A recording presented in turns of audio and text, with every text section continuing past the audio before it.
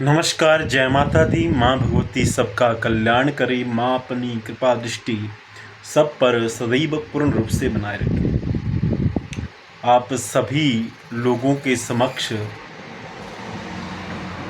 एक बात रखने जा रहा हूँ।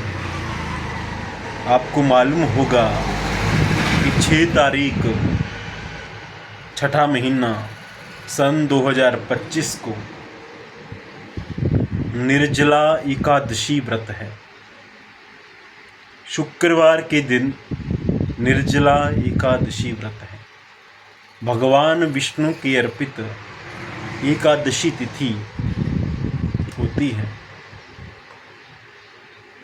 एकादशी और ख़ास तौर पर निर्जला एकादशी का अलग ही महात्म्य है, विशेष है। एक बार महर्षि वेद व्यास जी पांडवों के कल्याणार्थ एकादशी का व्रत उनको सम्मुख बतलाया। तब भीम ने भगवान वेद व्यास जी से कहा कि प्रभु, मैं भूखा नहीं रह सकता और मास में 2 बार एकादशी आती है। 26 एकादशी एक वर्ष में होती है। प्रभु, मैं एकादशी के व्रत को कैसे करूँगा? मेरा शरीर बड़ा महाकाय है, बड़ा बलवान है। मैं कैसे अपनी भूख शांत कर सकता हूँ? भूखा नहीं रहा जाता। मुझे भी पुण्य की इच्छा होती है, मुझे भी व्रत करने की इच्छा होती है।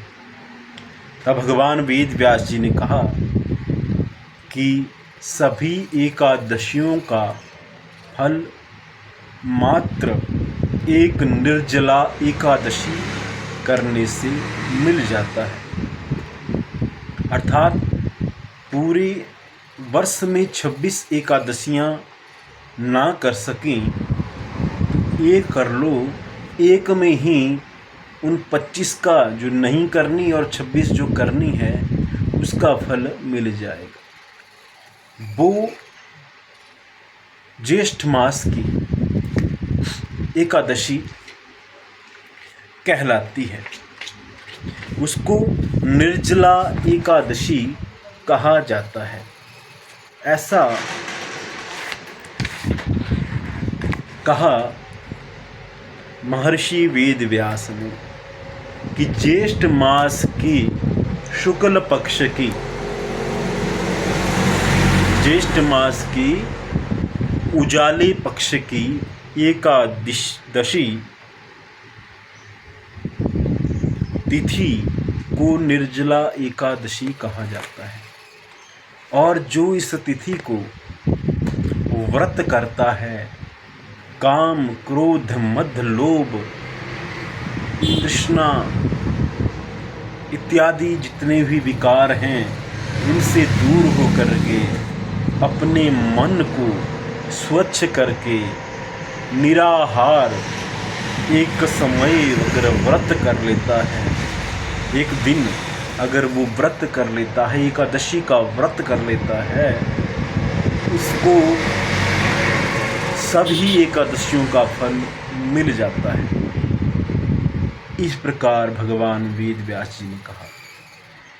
भगवान वेद व्यास जी की बातों को सुनकर भीम के अंदर उत्साह जागा कि एक करने से अगर सबका फल मिल जाता है तो तन मन से मैं एक करूँगा। और उन्होंने निश्चित कर लिया और व्रत शुरू कर दिया। व्रत बीत रहा है और व्रत के अंतिम पड़ाव में भीम भूख से मूर्छित हो गए।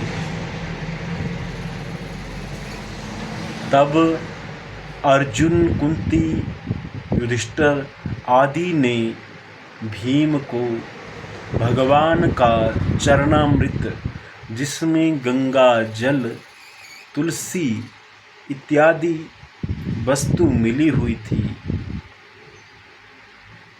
प्रसाद रूप में, चरणामृत प्रसाद रूप में भीम को पिलाया। पहले जल से भीम का स्नान करवाया। भीम मूर्छा से जैसे जागे, उनको चरणामृत का पान करवाया। भीम के अंदर चेतना आई और फिर बाद में भीम ने व्रत का पूर्णता दे करके भोजन ग्रहण किया। तो सोच लीजिए, जो इतने बड़े महाकाय शरीर वाले भीम थे, उन्होंने अपने शरीर को, भूख को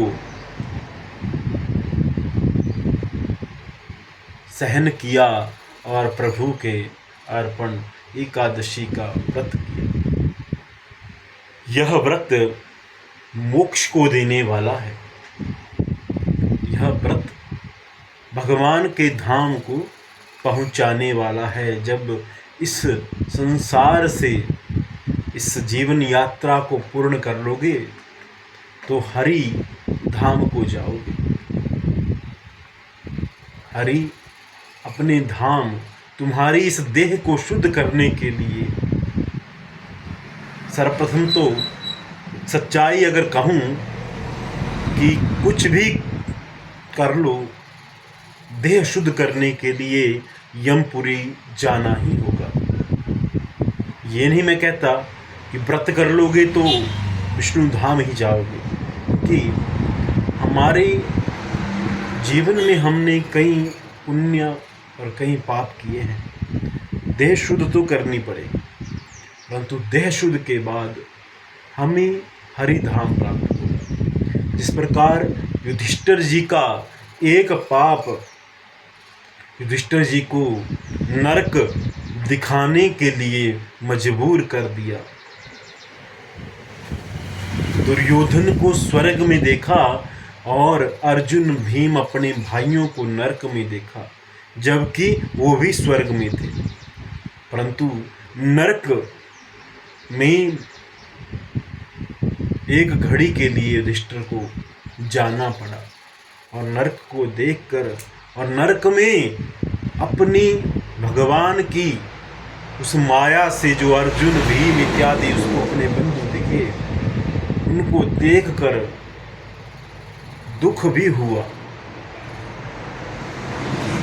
तो ये सुख और दुख जो हमने अपने कर्म किए हैं, इनको तो प्रायश्चित करना ही पड़ेगा। आप नया वस्त्र ले लो, पहन लो, फिर धो लो, वो नए की तरह नहीं रहेगा। साफ तो हो जाएगा, पर नए और उसमें अंतर रह जाएगा। जो अकड़न नए में होगी वो बाद में नहीं होगी।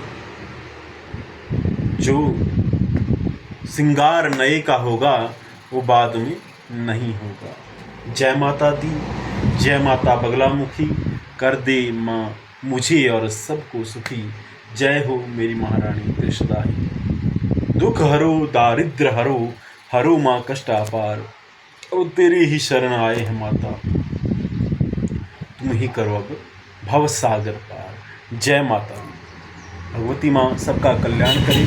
अगर आपको मेरा ये चैनल अच्छा लगता हो उसको लाइक, सब्सक्राइब, शेयर अवश्य करें।